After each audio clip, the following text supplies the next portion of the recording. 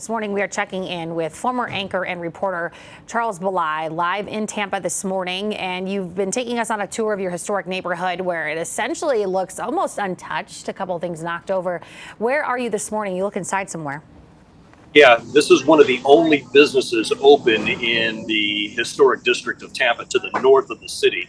This is called the Seminole Heights General Store. And just let me preface this by saying what we are going through in Tampa is nothing compared to the inconvenience and the damage and the catastrophic baloney that's going on down in Fort Myers and those poor people. So when we say we need a cup of coffee when we crawl out of a cave after 2 days of being inside a boarded up home, that's a big deal for the people up here, but it pales in comparison, obviously. So I wanted to preface that. These people have been locked up in their homes for 2 days waiting for Ian to make his arrival and then turn at the last minute.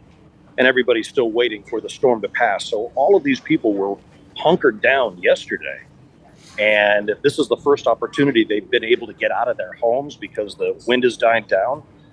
They're finally getting something to eat, a nice cup of coffee, mingling with people, because they haven't been able to do that, for a while. Yeah. So if you need food, if you need staples, a lot of people were looking for oil for their generators that they want to replenish.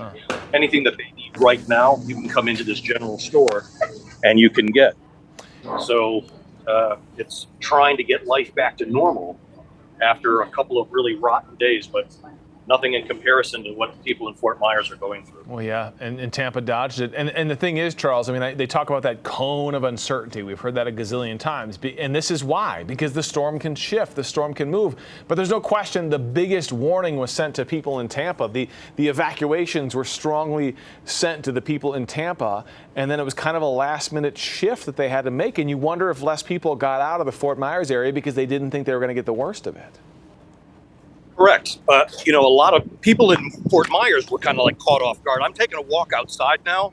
I can show you what it looks like, sort of kind of returning to normal. This is one of the busy intersections here in Tampa. This is Florida and Hillsborough, just north of downtown, probably about 3 miles. So to answer your question, everybody in Tampa was ready for this thing to come barreling up 275 into the middle of the city.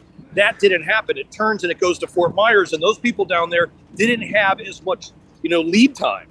So they were like scrambling within, basically 24, 48 hours.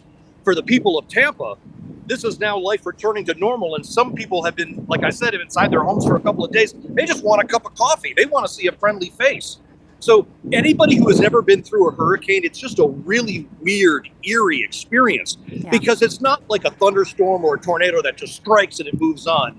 This is days of anticipation and the anxiety that takes over. People are worried that they're going to lose their homes. Talk to the people down in Fort Myers about what they're going through. That's huge anxiety. So everybody's just trying to get our lives back together. Yeah, so many people are waking up not even knowing what's left of their home. Is their home still standing?